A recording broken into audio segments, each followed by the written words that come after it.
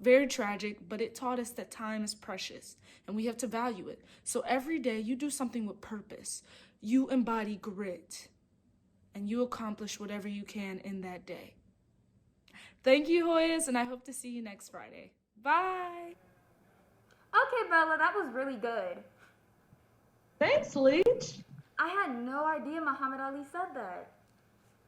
Well, Leech, then I don't know if you would do good in our Black History Month trivia. Wait a minute, Bella. Yes, I would. Okay, how about this? I question you while we see how the rest of the Hoyas did. Bet. Hoyas, look at this. Hi Hoyas, I'm Lauren Leach, and today I'm going to be asking the Hoyas about some Black History Month questions to see what they really know about this month. Stay tuned, Hoyas. What was the year that slavery was abolished? Many moments later. Was it 63? 65? What was Rosa Parks' occupation?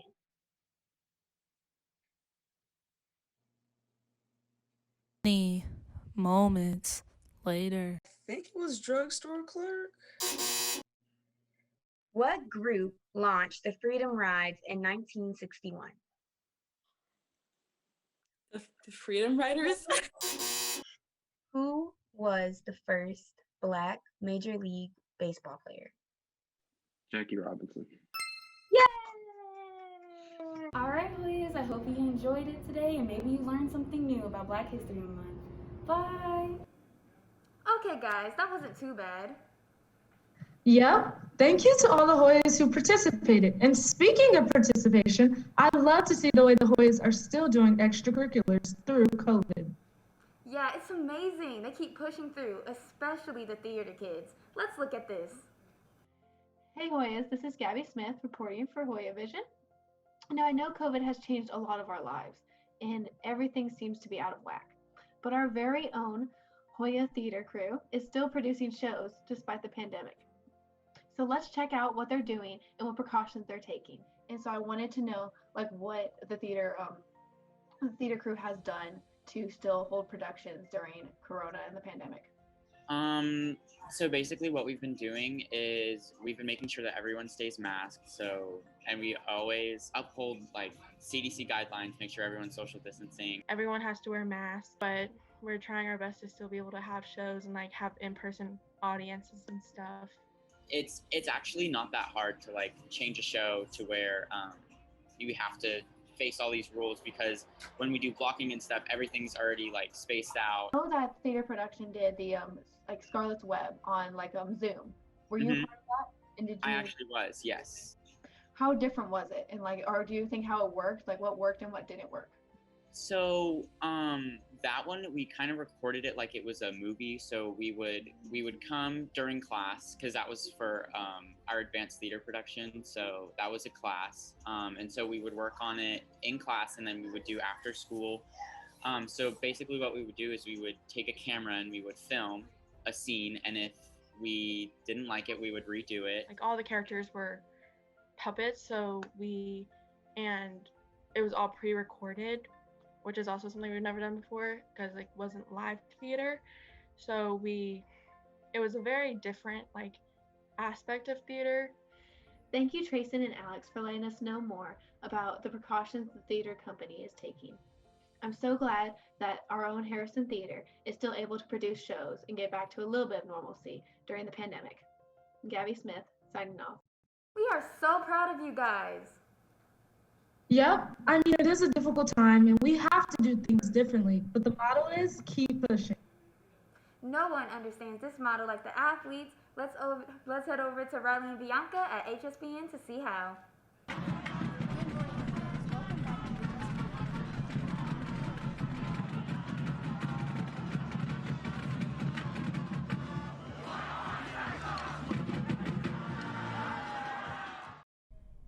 Good morning, Hoyas. Welcome back to Hspn. I'm Bianca Sanchez. And I'm Riley Curtis. I know everyone is here for all things sports, so no need to waste time. You got that right. We're looking forward to head into our spring season sports. Yeah, we definitely had a memorable winter season. Speaking of good luck, now to our girls basketball team tonight. Yes, good luck against Walton. Now on to the next our boys basketball team. Tori got the chance to talk to Jeremy Austin about how the season is going under the COVID circumstances. Let's pass it over to her. Hey Hoyas, I'm Tori Rillo, and today I'm here with varsity basketball player Jeremy Austin, and he is going to give us the update on the basketball season so far. Let's get to it! How would you say the team is doing so far this season? So far we're doing good. We've done a good job being positive throughout the season, and we're just going to continue to push through. What is one specific thing that the team has done well? One thing we've done well is trusting in each other and definitely going hard in practice and pushing each other to new limits. What is something that will help the team be successful towards the end of the season? Towards the end of the season, we need to start communicating on defense more and consistently knock down some shots, and we'll start winning these games. What's something that you're looking forward to in your next game? In the next game, we actually played North Cobb. We lost to them at the end of the game, and this time it's going to be a home game, so we should get the win. Thank you, Jeremy. Good luck to boys basketball tonight at home for one of their region games. Hope to see y'all there. How cool. Glad we got the inside scoops from one of the players. Me too. Now let's head on over to wrestling. Zach and Owen covered how the wrestling duels back in January went and got an interview with one of the wrestlers before their championship match. Roll the clip.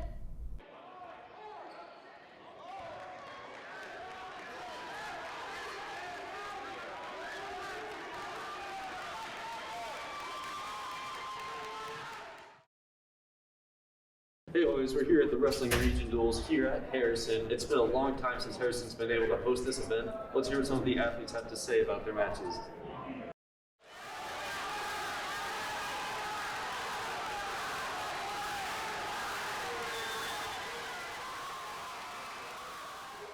Alright, I'm here with Jared here at the Region Duels.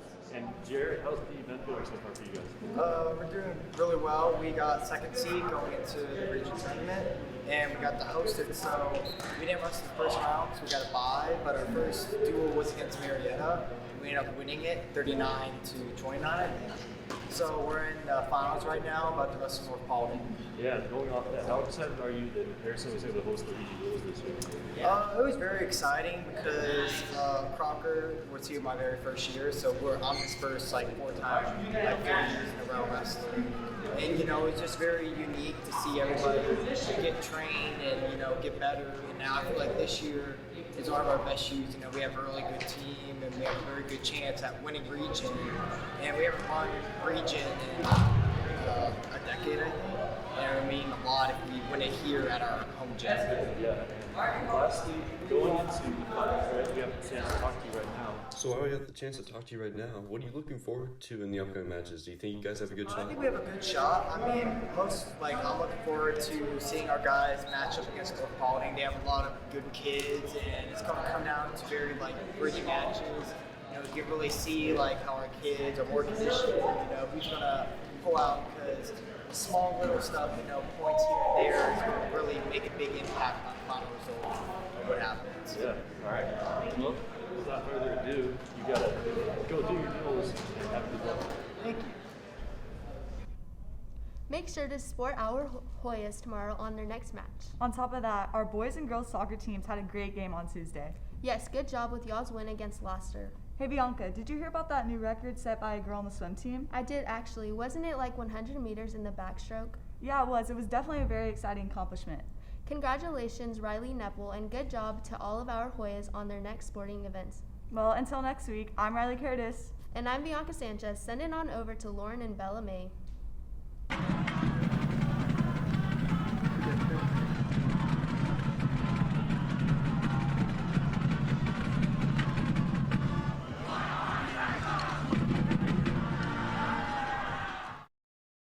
Hey guys, we're back. Honestly, Leach, I wish I was there with you guys. I know, but it's a hard time, and it's not just for us. Kyle and Connor covered how the Hoyas are dealing with it too.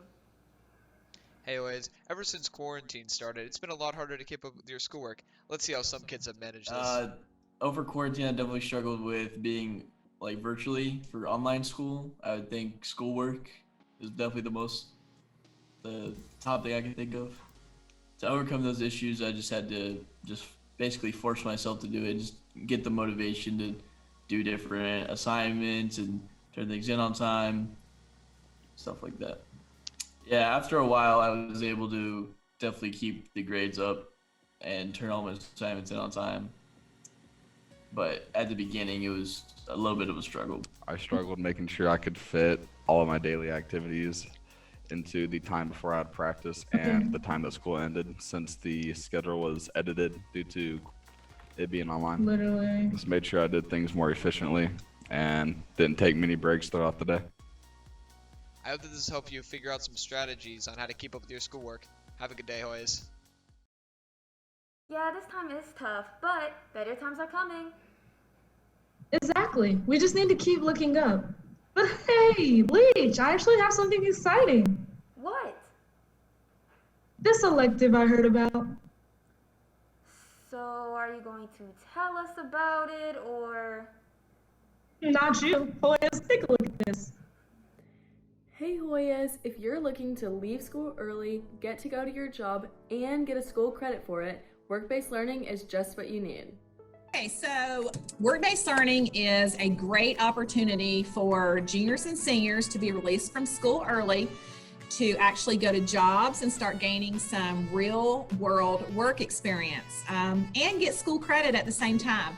You can have a paid part-time position. Also, a lot of kids have internships that they don't get paid for, so it doesn't have to be a paid job. You learn some really great employability skills, including things like time management, punctuality. I also do, thoroughly go over interview skills with you and allow you to practice interview skills, working on your resume so we can perfect a resume for you moving forward academically and with your career. It looks really good on college applications. But primarily, it's a chance for you to leave Harrison High School, get school credit for it, and be able to go out and start your careers, or at least a stepping stone to your careers. A lot of the assignments that we have to do monthly are coordinating to characteristic traits that we need to be a good employee, and so we kind of have to answer those questions on how we do that in the workplace.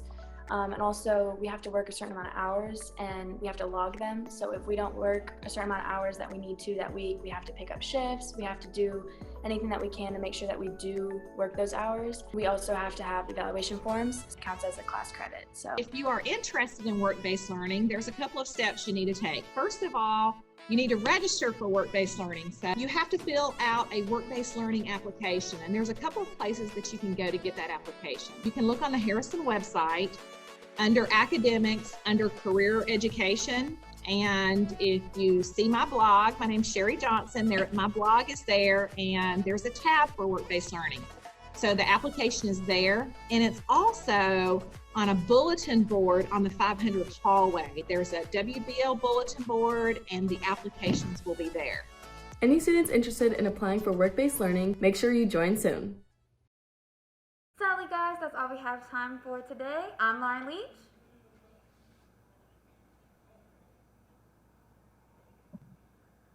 Have a great weekend, Hoyas!